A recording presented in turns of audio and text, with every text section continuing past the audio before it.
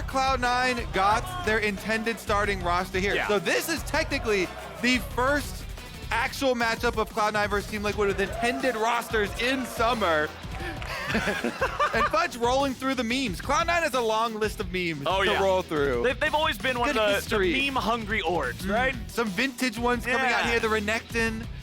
Well, all right, let's see where we're at here in this draft. It's Seraphine, it's Trundle, it's Gangplank, Taliyah, Poppy, and Zeri all banned away. First pick, Renata Glasc here for Cloud9.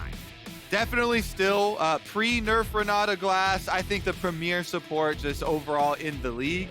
But as we focus in on the bottom lane, we get some kog'maw Lulu. The machine gun late game combination. Immediate hover here for Blaber to trade to Berserker with the Kalista.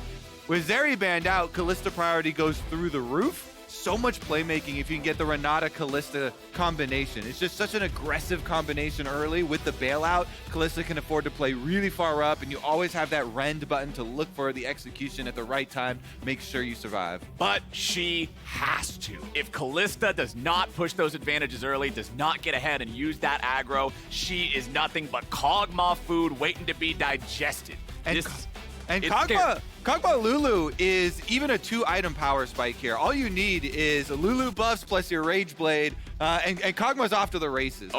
Doesn't take as long to scale as it used to. See if Hansama and Team Liquid are able to utilize that. Anyways, jungle locked in here for Team Liquid before the bans. They get the Wukong first. With Poppy already banned out, definitely the premier one here, and they can afford to level 2 more bans at Blaber. Blaber's an interesting jungler because, you know, Olaf and lots of other junglers come to mind that you don't necessarily have to ban against other junglers. I'm loving the signs here in the audience today. We've got a lot of quality art showing up on these cards. Yeah, we're packed today for the Cloud9 Team Liquid. A big matchup here. A lot on the line at the top of the standings there. Team Liquid 8-4. Cloud9 only 1 game behind them currently. Gnar, the blind pick though, will be banned away. Cloud9, obviously, in exchange for not getting Blaber an early jungle pick, you know, locking in the Gwen here, and with Gangplank and Gnar already banned out, all the super high priority ones up there have been taken away. Now you're just thinking about, oh, is he actually willing? You know, Bwipo could go for Jax into it. He's got a lot in his pocket. He could even pull out an Olaf top lane still. Well, we've got the Xin and the Jarvan, exactly what you were talking about. 2 bans straight towards Blaber. Team Liquid trying to pinch that jungle pool a little bit more here. Cloud9, do they want to look at top yet again? Or do they want to try to throw one over towards the mid lane there? And it will be that Bjergsen trademark pick in the Zillion. They do not want to have to kill kog'maw twice, so they will ban that out. And Bjergsen did get his hands on it one time so far in summer. He played well, but they did end up losing the game because they had Hansama and Lucian as the only, you know, real threat for the team, and the rest of the composition kind of fell through. And there's that Olaf we were talking about. Now, we, I believe 12-13 is where the Olaf nerfs for top lane did come in with the extra mana nerf. Let me double check that it's 12-13 and not 12-14. No worries. While that happens, we'll see what Cloud9 want to lock in for themselves. We still need to see mid. We still need to see jungle. It was that jungle pool that's been hit pretty heavily throughout the 2 ban phases. We lost the Trundle early on. We lost the Poppy early on. Taliyah's out of the picture. Xin and Jarvan both taken out here in the 2nd phase. And Azir is locked in for Jensen. Okay. And Blaber picks up the HEcarim.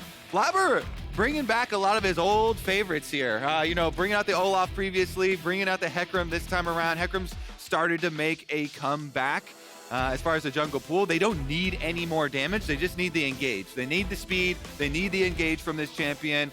The Azir and Gwen have got you covered for sure with the late game damage. And of course, Kalista for the AD. So Olaf confirming it was 12-13. That lane Olaf got nerfs. The Undertow got nerfed in mana, as well as some of the health regeneration for the champion. So this is a Bwipo special. He was actually practicing it even before summer started, when they were practicing over in Korea, and brought it back to North America as his pocket pick here for the top lane. Does great into Gwen. After the nerfs, though, we'll put it to a little bit of a test and see if he does run out of mana. The compensation buff that went along with that was a little bit of extra attack speed when you get low from your passive too. So Definitely do not underestimate the Viking in the all-ins. And the last pick of the draft was the Ahri there for Bjergsen. So that's going to be some more playmaking for the side of TL. Because when we're looking at him, the only real engage mechanism is that Wukong. So if Ahri's able to set up a couple of picks, maybe they can start a fight that way. But really, it's also going to help in being able to peel for the kog'maw, right? You can throw out Sean. The crowd's ready. The teams are ready. I'm ready. Kobe, are you ready? I'm ready. Let's go. Let's rock and roll. C9 versus TL. First time in summer we get to see the full rosters head-to-head. Exactly. I'm so hyped for this. Cloud9 only being one game in the standings behind Team Liquid as well puts much more pressure on this one as we head towards playoffs. And these teams are jockeying for position in those playoffs, trying to get a better seed. 5 members down bottom here for the level 1 for Team Liquid. Whenever you do have Olaf, even though the cooldown refund on the Axis was nerfed a little bit, still very good for the level 1 brute force invades. Zven happy to have sidestepped that first one there a little bit. Still gets clipped by the second, but nobody in C9 in any real danger here from this clump up from TL in the bottom side of the map. You can see Cloud9, they'll move in towards the enemy red jungle. Just keep an eye on things, see what's going on. Not really a whole lot to be found right now. That ward placed down nice and early. We'll be able to give them vision of the chicken camp to see when that's taken. Yeah, and we got the switch over to Sweeper immediately from Santorin as well. So Wukong's coming back out onto the base, onto the field here with the Sweeper. 2 wards left behind.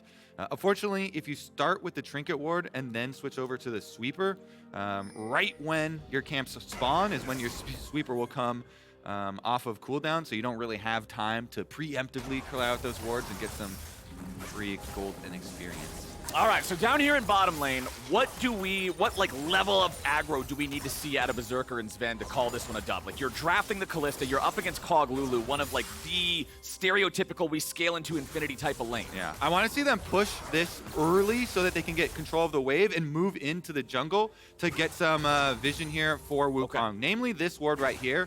The blue Gromp ward is really, really, really valuable for Kalista, Renata lane. They want to try and pressure this kog'maw, see if they can make him drop any CS at the tower. As you can see, both junglers are starting top side and are going to head down towards that lane. Yep. So we will have junglers drawn to the attention. This is a very volatile lane. Top lane as well is pretty volatile with Olaf and Gwen, but they need a little bit of time before the kill pressure is actually there.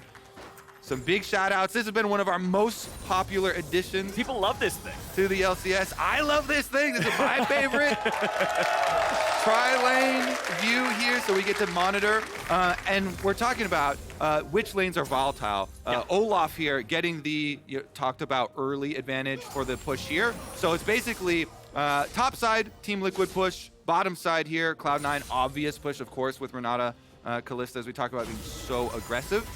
But with both junglers heading down towards the bottom side of the map, that's where we expect, possible fight over Crab, vision, and playing off of that setup.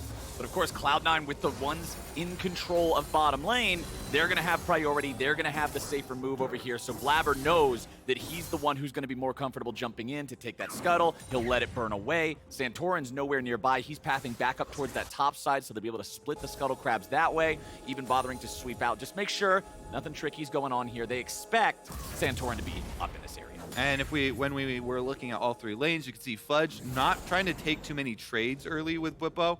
Just keep the wave at a fairly safe spot in front of the tower and don't get too low to expose himself. Because Fudge knows, all right, Blaber is pathing down towards bottom side, our pushing lane. So that's going to be his crab. And top side is Team Liquid territory. Oh boy, okay, the ghost is popped. Bwipo running away from this one. Fudge running after him. Both ghosts traded out here. The top laners are ready, man. They smell the blood in the water. Definitely a volatile lane. Off of this reset with the teleport back here from Bwipo. See if second clears for the junglers are going to also aim them towards bottom side. So should be a crash here for Fudge. Giant wave with the cannon. No problem for him. Easy stuff there. Yep, Bwipo will just farm up whatever he can. Should be able to get most of this. Still down a significant amount, but that'll close very rapidly as he picks these up. Both supports here in the bot side river now. CoreJJ is going to walk up, drop that control board, finds Zven as Jensen starts moving over towards this one. Zven backing up, just doesn't want to disturb the normal flow of things too much here early on. That control ward is going to stay in the pixel brush as Hans Sama and Berserker are just sort of in a neutral state down here without their supports. I do want to talk about the earlier recall for HEcarim. Okay. Because it's so important to get your Boots of Lucidity early. Oops, it's an arrow. for HEcarim, because it greatly increases your clear speed.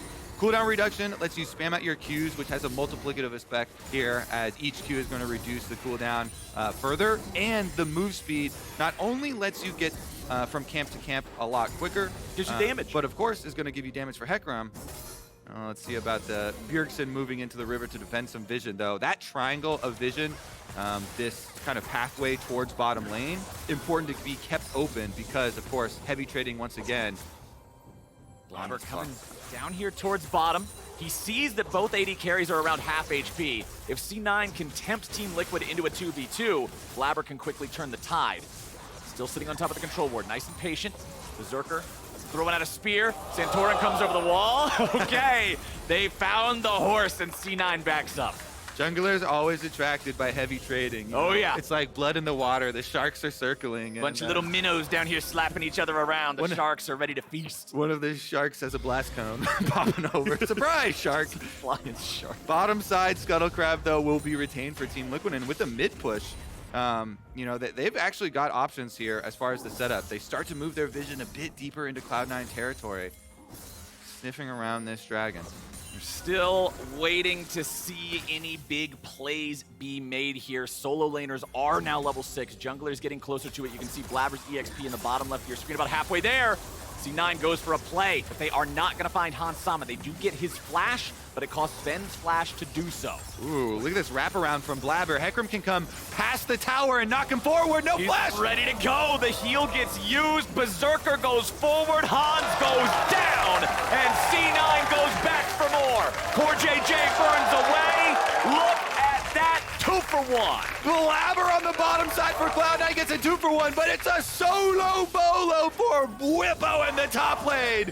Taking advantage of that Olaf counter pick into the Gwen. Flowers, both of our volatile lanes explode at the same time here on opposite sides of the map, and it is a Team Liquid topside advantage into bottom side Cloud9 advantage. Exactly what we expect from the draft. These are the advantages in lane early here for these champion matchups, so it's just going to be about who can play off it better. Cloud9 really like the effect here from Blaber. Not a lot of junglers are willing to just walk through behind your tower and take a tower shot. Yeah. But Blaber does not have that mental block.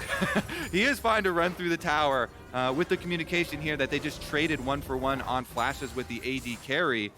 Using the HEcarim E to knock him away from the tower out into the distance here, and picking up not 1 but 2 kills down there on the bottom side of the map means that Cloud9 get a bigger advantage, although it's a bigger ego advantage here for Bwipo. Oh, yeah. As we say, the Olaf, when you get level 6, you just run him down, don't miss any axes, your Conqueror stack. Nobody's even got the move speed here from Ghost to be able to dodge. And Fudge could not manage to try to drain tank through it. The Executioner's calling, also cutting down some of that healing. I like this early purchase from Bwipo to be able to make sure that he can cut through that extra bit of pseudo HP. Yeah, in so sustain. Bwipo passing our check of the 12-13 nerfs to lane Olaf. He did not run out of mana super early, didn't have to have a weird recall, and the health regen hits didn't seem to affect him at all, choosing his all-in timing quite wisely there. Meanwhile, Cloud9 and Blaber specifically want to keep playing off of their winning side of the map. Goes for the steal here on blue, and Berserker, the richest person on the ground. Blaber stacking up that tier. Muramana HEcarim can be very, very scary with the flat added damage to all those Qs like you were talking about when he gets the stacks and has such a low cooldown. The helicopter horse is not something you want to be messing with if you're squishy. It's definitely the most prominent solo queue build, and it has been for quite a while with the Muramana, because that's one of the ways where you can have that super strong late game damage threat for HEcarim. Pushes you over the edge if you're going the normal chem tank build here. Once you have that Muramana transform, like you're saying, you can just proc it so quickly with HEcarim. So it does give him that later extra damage there for the rest of the team. And early on, always nice even to have the tier extra mana there for HEcarim, because you're constantly spamming. And we've got a nice early lead here for the side of C9, a little bit over 1,000 gold. They're going to take this first Drake as well. They've got control over bottom lane still. Zven and Berserker playing this 2v2 very aggressively, always maintaining control in that matchup. It buys Blaber the opportunity to do whatever he wants down here with Scuttle Crabs, blue buffs, making plays, whatever. Bottom side of the map belongs to them. I just love this game because I remember very clearly, week 1, super weak, Team Liquid versus Cloud9, all this hype, and they're like, what if Cloud9 had their intended bottom lane? What if Cloud9 had the intended starting roster? Now we don't have to wait, Flowers. This is what it looks like. Blaber ganks down there. They've drafted an aggressive bottom lane matchup. And Berserker and Zven are making their presence felt this time around. Last time, the matchup, these two were not on the lineup. And definitely changing the course of the story here. Team Liquid, though, of course, Bwipo, his counter pick as well means top side is Team Liquid territory. And Santorin did trade the Rift Herald for the first dragon. Very worth for the early tower pushing and gold you can get out of this objective. Yeah. Just going to be about where can he use it. Maybe he could use it to swing the tide in this iconic Bjergsen versus Jensen matchup.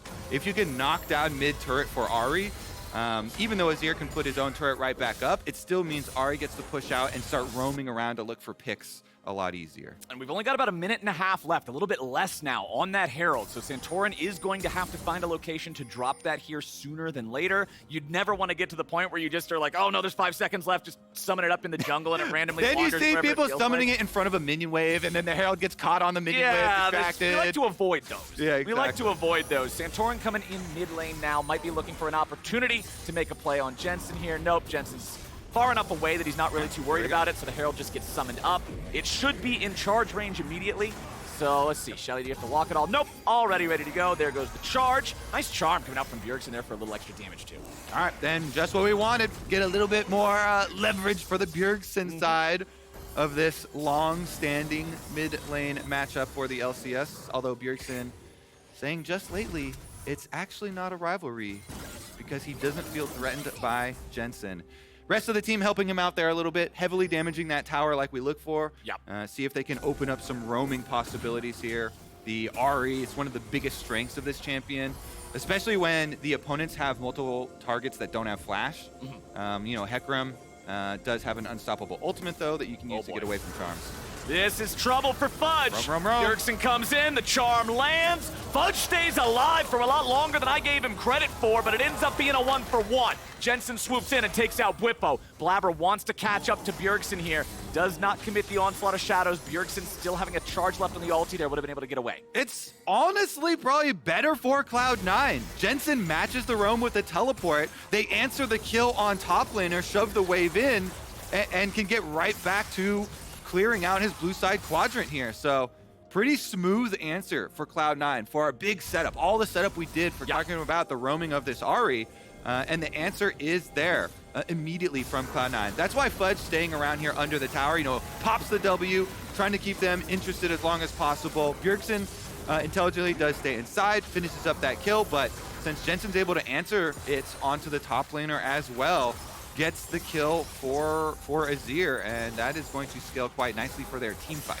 But I do want to give Team Liquid credit here for the fact that these solo lane turret plates, from the Herald bashing down mid lane there, like we saw earlier from the charge, top lane Bwipo just being his own Herald knocking those plates down, that has alleviated the pressure of this early gold lead Cloud9 had. It's sunk by about 1,000. It was plus 1.3k, now just a couple hundred up. So the game's still very close between the two squads. C9 has that first Drake in their pocket. The next one will be spawning here in a little over a minute. And keep this in your memory, the kog'maw Lulu. This only gets juicier and juicier as the game goes on. kog'maw here rushing for the Blade of the Ruin King. Once you have Blade of the Ruin King plus your Rage Blade, that's where it really starts to melt. Anybody on the front lines, anybody in W range just gets melted. And that's where we're going to see this Team Liquid composition shine. So Cloud9, big advantages on the bottom side early on. They do need to continue this to stack up the dragons. 35 seconds on the next one before kog'maw really gets a big spike. Ooh, this is actually big for Team Liquid. He just finished the Blade of the Ruin King. It's a very big single item power spike, and Team Liquid are making a 5-person roam over to the Rift Herald to try and get Rift Herald number 2. quite a few big single item power spikes are coming online now. Bjergsen does have his Everfrost done, which sets Ahri up for that top level playmaking. You also have Kimpunk Chainsword being rushed by both the Olaf and the HEcarim because it's still so cost effective. This is before the nerfs to the cost, so that item really going to disable some of the healing here too. Love what they are doing here for Team Liquid. They're leaving the top tower. Never mind. Never mind. I love what they're doing here in the mid lane. Santorin setting it up so they're able to take out Jensen. Huge stuff, because not only do they make the flash play and kill Jensen, get that extra kill in mid lane tower, they give solo tower gold on top side to the kog'maw fowlers. This is all going to the Rage Blade Fund. Oh boy, Team Liquid having an awesome series of events there. Cloud9 do manage to take the dragon during that, so they at least got something back, but TL's feeling really good, grabbing that kill in the mid lane. Bjergsen's Ahri going in with the flash to get the CC, and Jensen just gets dogpiled. Nicely done. So much for the rivalry thus far. All right, Rift Trail number 2 still in the pockets of Santorin, so they can use it bottom side if they want to, try and get the last outer tower, open up some room for some possible split pushing.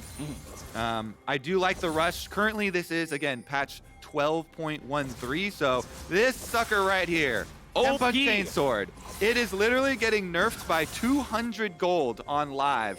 To come back in line. So very, very nice little rush here for Bwipo, even though... And for Blaber as well. It is not a mythic. Yeah, for both sides. Yeah. I mean, hey, when it's good, both sides get to buy it, right? So both of them recognizing how efficient that item is. Cloud9's moving going up. for it. The wraparound on CoreJJ. Blaber's coming around from the side, but can they find what they're looking for? CoreJJ is going to be down to about 25%, and he's gone. Team Liquid flashing their jungler out of trouble, but Blaber looking to run him down. Bwipo's in the middle of everybody trying to cut through, but he can't do it. Blaber stays tanking. The bailout will not save him. Bjergsen gets one back. They kill Blaber, but they lose Core and Bwipo. C9 comes out on top. Critically here for Team Liquid, they do have both big carries alive. Bjergsen goes for a little chunk. Han Sama there, you can see already, even on Just Play the Ruin King, melted Blaber. Blaber is fishing around. It's like, oh, great. We possibly have some more kills here. We're just running over this team fight. But giving one back and it being the smite as well means that Cloud9 come away with +1 kill, but no objectives here. Nothing to push afterwards. No dragons, no neutral objectives up. So it's just a little good, clean fun here, fighting in the jungle. Classic team fight. Little rumble in the jungle here as a Blaber comes around. This is the beginning. Again, they're looking at the squishy member. If you can kill the Lulu early, you actually take away so much support. The Lulu ultimate used there by CoreJJ barely interrupts Blaber. They go for a very quick kill. The wraparound from Fudge was great. They section off Santorin and Bjergsen away at the tower, and then they burst down Bwipo. That rend was big from Berserker. Blaber sticking around too long, though. It's these double range carries here. Han Sama melting him with the W on. Bork damage coming through. The Rage Knife has been picked up, but the Team Liquid hit squad is coming for Jensen again! Get out of there! Run! All right, can he get out? Does he have any chance? I don't think he does. No, he's getting Beybladed. He's getting charmed. Oh, they're just toying with him now. Santorin's taking the kill credit. Jensen drops for the second time. TL pick up the kill. I just imagine the pre-match talk in the Team Liquid locker room. They put up a wanted poster on Jensen. Dead or alive. Like, dead or alive. Preferably dead. Find this mid laner. Send everybody. Flash. Kill them over and over. And that has been a huge difference because top side for Team Liquid, kind of offset by bottom side advantages there for Cloud9, but the real transfer of pressure from top side into mid lane has opened up the map for Team Liquid, and they're making a really good use of it. The next step for them is try and use this kog'maw Lulu to actually gain territory around the dragons. Okay. You can give up number 1, number 2, kind of no problem, honestly. Yeah, you're not too worried about it. With the current state of dragons, they're not that powerful. It's really the stacking that will mechanic change there. soon. Exactly. On live, they get a lot more powerful. But Team Liquid now, they are going to put a stop to the Cloud9 dragon stacking. And you can see it now. You want to move all your vision resources down to this area quite early, and then just make space for this kog'maw Lulu to spit out damage. Bjergsen constantly looking for picks. They've got a pretty strong front line there with Santorin making a lot of space as well. Looks like, are we going to get the charge coming out? Nicely done. So plenty of damage onto the tier 2 turret there, bottom 2. Team Liquid with 3 turrets compared to the 1 of Cloud9, plus 800 gold to the side of TL. 45 seconds until that Drake spawns with the vision that you were talking about, the control ward there. Normal ward on the backside of the Drake pit, but now C9 have the chance to move in and establish some control of their own. Yeah, and this is a very, very common map state. With the changes that when they implemented Rift-Trailed and Dragon. Okay. Yeah, he's got 3 charges, should be okay, but no ultimate for the Dragon now. For the Ahri, greatly reduces the chance of pick. He does have a flash charm available. But anyways, yeah, this is a very common map state because the team that invests in topside and Rift-Trails, with 2 Rift-Trails, you're going to have way more turrets down, way more territory to work with than the team that has been Dragon stacking, and it all comes down to this real pivotal point. Around 20 minutes, you usually have the decision point. Are we going to try and cut them off before they get 3 and actually Dragon Soul point? Bwipo here just pumping away on top turret. I mean, Bwipo's up 50 CS over Fudge. This Olaf is very, very scary. Fudge can't stand there and really try to fight him. Bwipo's going to run out of the Ragnarok here soon. Remember, only 2.5 seconds you have to be dealing damage between each instance before it falls off. So as soon as Fudge disengages, Bwipo does the same. He'll be able to walk out. Nearly gets that tier 2 turret in the top lane. I do want to talk about this too, because the Sheens for Olaf are very, very efficient. They're going to transfer over to this Baron though. See about the vision checking from Team Liquid. TL going after Baron. Cloud9 did take that 3rd Drake of the game. TL wasn't there contesting it. C9 has to know something's going on. Okay, they gave up the Drake. What are they up to? Baron's on the board. They're trying to sneak it. Yeah, little just a vision check right there for Team Liquid. Hey, we'll hit it for a while. If Cloud9 have some game sense and come sniffing around, we'll just get immediately off it.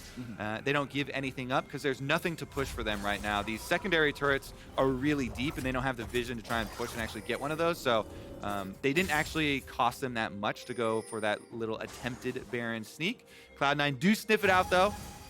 The game not going to be determined there, and Cloud9's hopes of the Dragon Soul are still alive, Flowers. Yep. I love it when the pressure comes down to this. Dragon Soul arriving in just under 4 minutes for Cloud9. They have Rend and Smite to be able to secure it, so you cannot go for a Smite fight as Team Liquid. You have to just run in and force the team fight before Cloud9 can force that thing low.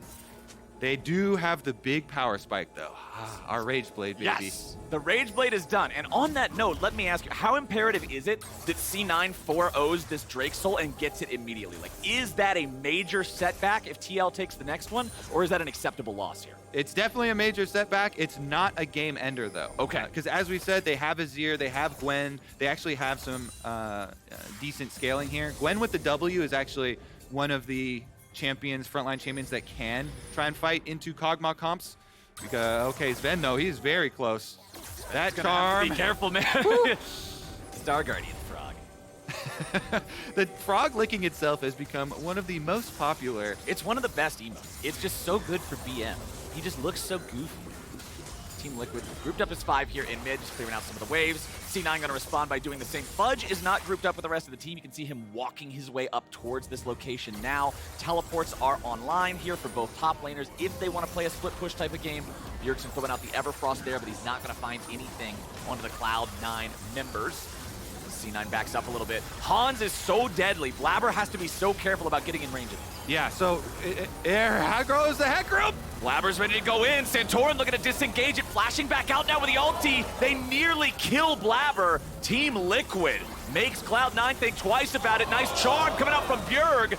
They're gonna save Zven there with Berserker's ulti. Team Liquid trying to get back away. With those saved by CoreJJ. Both teams skirting the edge of death here. I actually love it. 2 prize fighters throwing big punches, but every time the target escapes with 200 health.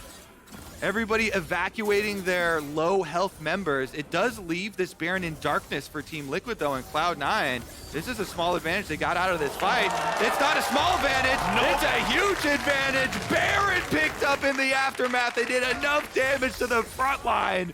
Cloud9, no blood loss, Flowers, but huge objective 1. Massive win for C9. They're going to have this Baron for the next 3 minutes, and that 3 minutes will also be the point where the dragon spawns. That's the soul. This is so difficult now for Team Liquid to stop. Wow. C9 is loving this. That was huge. Yeah, definitely a big overlap here. Let's see, too, because remember, Cloud9 were the team without as many towers down. They only have 1 tower to their name, so this Baron can give you a lot of gold. There's a lot of standing gold in these towers here, up on top side, in mid lane as well. Pretty easy to go get that, and then try and set up for the dragon. 1 minute left, though. They're going to move all their vision right down here now. Scuttle Crab already been taken by Team Liquid. They will have permanent vision thanks to that. Blaber, you can see him galloping down there, but there's not really a play to be made on Bwipo. Also worth noting the stopwatch on Blaber. His engage could be very ferocious here. Hans Sama. Biggest thing is to track this cooldown of the W activations for kog'maw. Well, right now, Blaber's just about to lose everything. Hans Sama just shreds him. 30 seconds, though. You can actually get back to base no problem and just heal up, especially with the Baron-empowered recall. That's a good chunk of damage, but it won't mean Blaber is out of this dragon fight. He can run straight back. And that's why I say the stopwatch is so important. He can engage, he can be that ballistic missile that starts the fight and then not immediately die. As long as the rest of the squad can follow up and put that pressure on Hans. Okay, vision advantage for Team Liquid. They're looking for the picks here. Gotta be careful. Fudge coming around from the side, but remember, it's Team Liquid here waiting on the flank. They're gonna find Fudge. They're looking for him with Santorin and Bwipo. Bwipo now on the front line. He's gonna be killed off first. Team Liquid lose their top laner. Blaber now locked down in the front, but there's that stopwatch. Team Liquid have lost 2, and Jensen's looking to make it 3. He chases after Bjergsen, forces him back over the wall. C9 win the fight. C9 win the soul. They get everything, Flowers. They get the soul. They get the kills on the front line. Team Liquid were split. They were sectioned off. It was a really strong engage from Blaber. He chases away the Team Liquid carries from the frontliners that were hiding in the brush. And Cloud9 won't stop there. House of the Dragon Soul. Baron empowered push here for Jensen. King of the Chickens is gonna claim his own subjects. They've been hunting him all game long, but Jensen's the one with the bounty on his head now. The House of the Dragon, the King of the Chickens, Cloud9 is getting everything. Let's take another look at how it happened, because Bwipo and Santorin thought they caught Fudge. 2 pockets here. So Team Liquid, they've got the carries to the top side, and just the front lines down here so they can section them off. Blaber immediately retreats back to kill the front line, and they take away everything from Team Liquid. Blaber then, the stopwatch you mentioned, he goes ultimate to scare them away, and then stopwatch, make sure he doesn't die. Really good job of Cloud9 sectioning off this Team Liquid team, splitting apart their front line and their back line. Strongest item in the game costs 600 gold, baby. One use can change the landscape of a fight like that. It keeps Blaber alive so he can smite the objective down afterwards. And now C9, this gold lead is about to balloon even further. 3,000 gold up. Oh, they're teleporting to pick off Bwipo. Yeah, they're looking for something here. Let's see. All right, Bwipo should be able to get out of that. All right, he detects that there is not good times heading his way. He has to get out. Yeah, that was a deep teleport down here at this ward behind the blue buff for Fudge. Attempted trap there from Cloud9. Yeah, thank you, observers. Yeah, they don't have any CC close enough. Blaber not going to be able to get there to interrupt on Bwipo's teleport. It's just a 1-for-1 trade.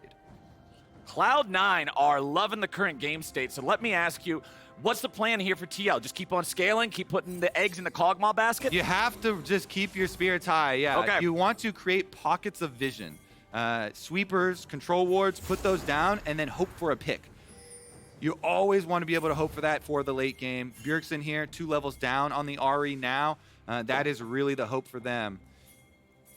Jensen level 16 here on the Azir. Despite the bullying attempts on him, it hasn't really kept him down, my friend. He's up in farm. He's still got 3 kills, 3 full items completed here with the Void Staff and the Rylai's with the Leandries there. So the slows from the constant damage of the soldiers penetrating through the resistances, even if you're trying to build those, like you can see Bwipo here having the Negatron Cloak working towards that force of nature. There's a lot of magic damage on the side of C9 between those 2 solo laners, and it's going to be hard for Bwipo to survive when he runs in these places. Certainly is. And actually, it looks like Blaber, instead of going for the Muramana, which would instantly transform, he's already got 360 stacks on the tier, he's going to upgrade the stopwatch to a Zhonya's. Already picking up the AP tome here, so he wants more of those big stopwatch plays. If you can create space like that, it's actually invaluable. A little bit of extra damage proc is not going to win you the team fight, but that zoning will. Yeah, and there's no tank item you're going to build that'll let you survive against a fully supported Lulu kog'maw. He's going to shred you no matter what. The only thing he can't kill is something he can't attack. Exactly. Zhonya's noise, not MP4. That's how you... Oh. All right, I'm going to give you 3 seconds. Ah! They didn't give me a heads up. They didn't give us a... It's okay. We missed the skill shot. It's all right. They got away. All right, it's fine.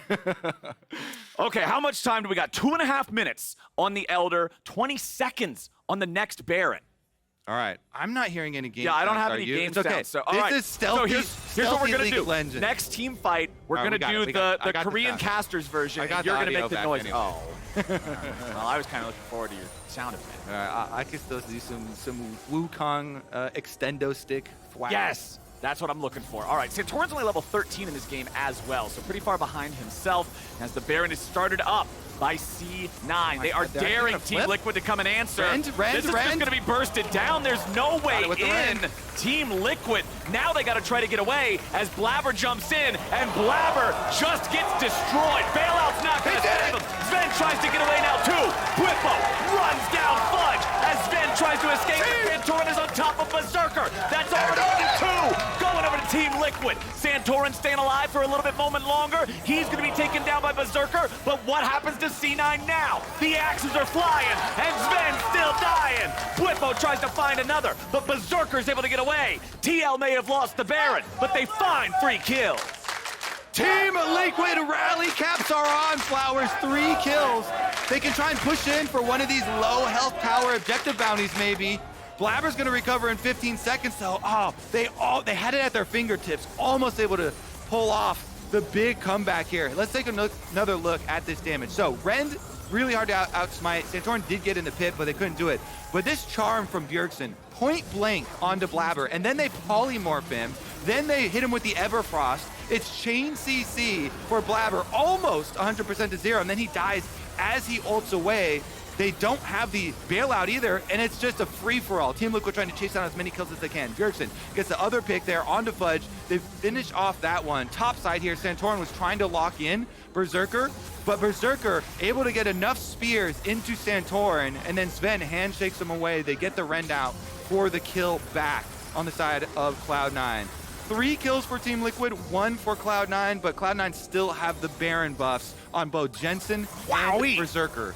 6,000 damage, Hansama kog'maw. That's what Team Liquid needs to see every single one of these fights. Blaber does have his Zhonya's completed now, so those engages, they won't just be able to chain CC him down to death again. They're going to have to be able to fight through that. It's Team Liquid with control over the Drake Pit as the Elder spawns. Hansama will be zoning everybody away. This kog'maw has reached artillery status. Oh, certainly has. Bjergsen on the top side, looking at another chunk onto Blaber.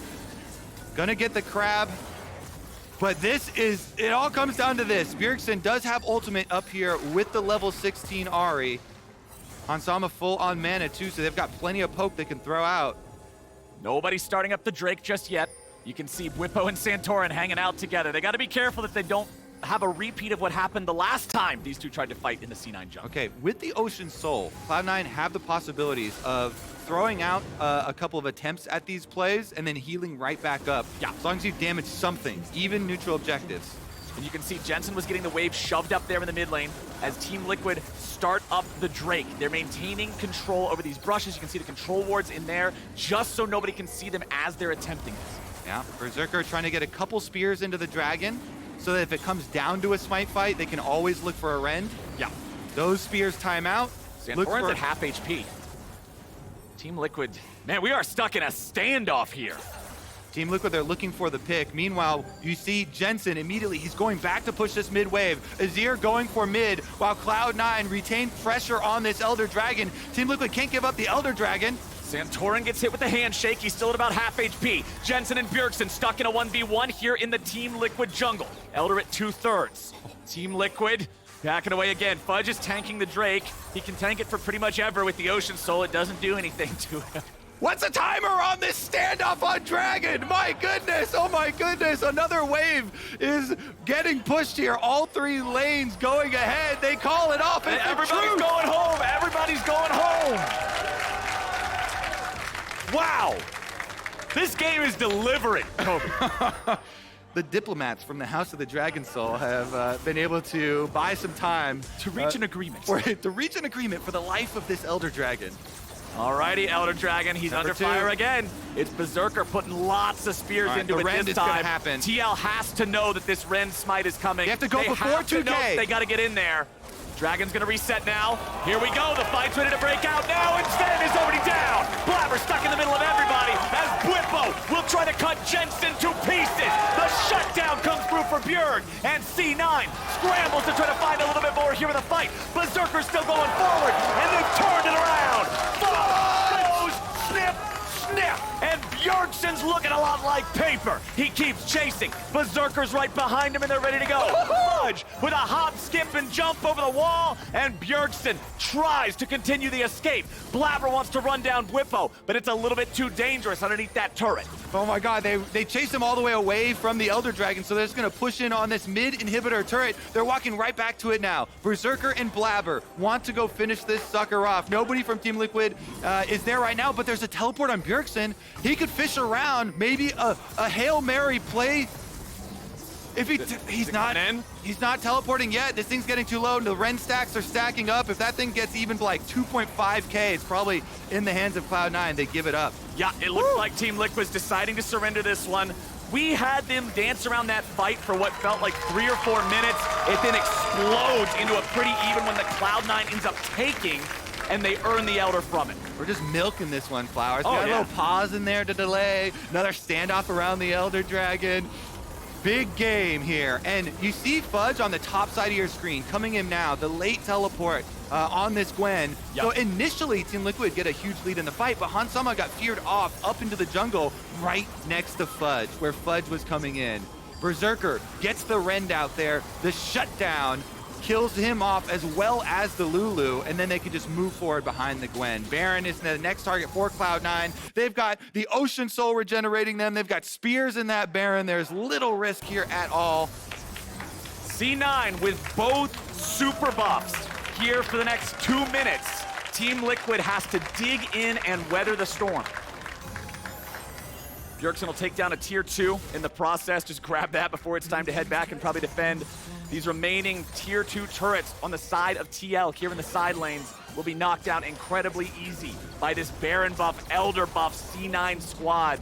Berserker is 5 items with the 6th slot being occupied by a stopwatch. It's scary. The turret, look at that thing. It's already gone. C9 Wait, what? brute forcing their way into the Team Liquid base.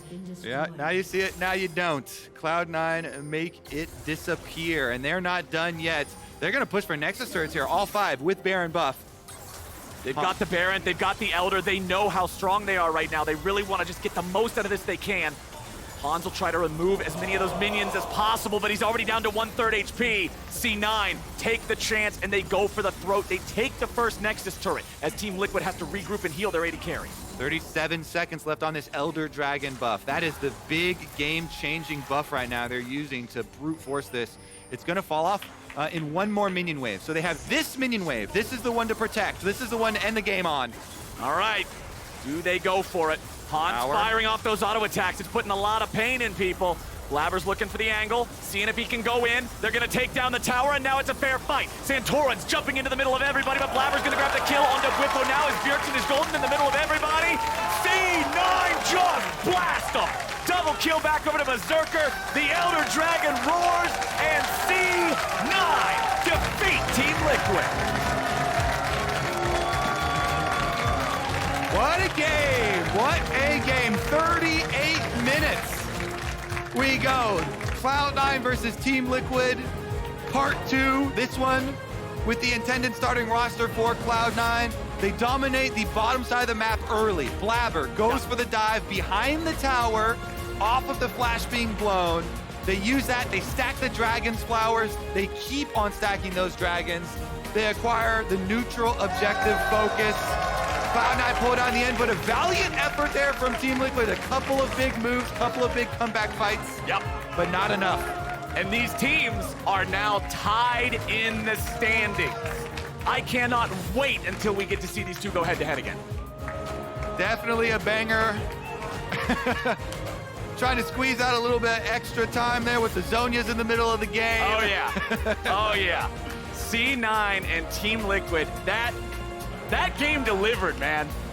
8-0-6 for Berserker on the Kalista. Fans hate this champion. I hate this champion, but he gave me a reason not to. That was an awesome Kalista performance coming out from Berserker. Haters everywhere trying to lay it on, but Berserker goes legendary on the Kalista. That is how you do it. You've got scaling elsewhere on your team. Yeah. The Azir, the Gwen, gonna be able to carry the brunt later. That Elder Dragon dance that lasted 4 minutes. That was my favorite sequence, just constantly going in, seeing what they could get, poking back and forth. And then when we finally do get the fight, both sides just explode with everything they've got. What an awesome game that was. Sometimes we have these hype matchups, and it ends up being really one-sided. One team's got the other side figured out. This time around, they both came out swinging. The fights were so much fun to watch. Like, TL and C9, man, this was awesome. Jensen's going to be joining the State Farm Analyst Desk after the break. But as the war for the LCS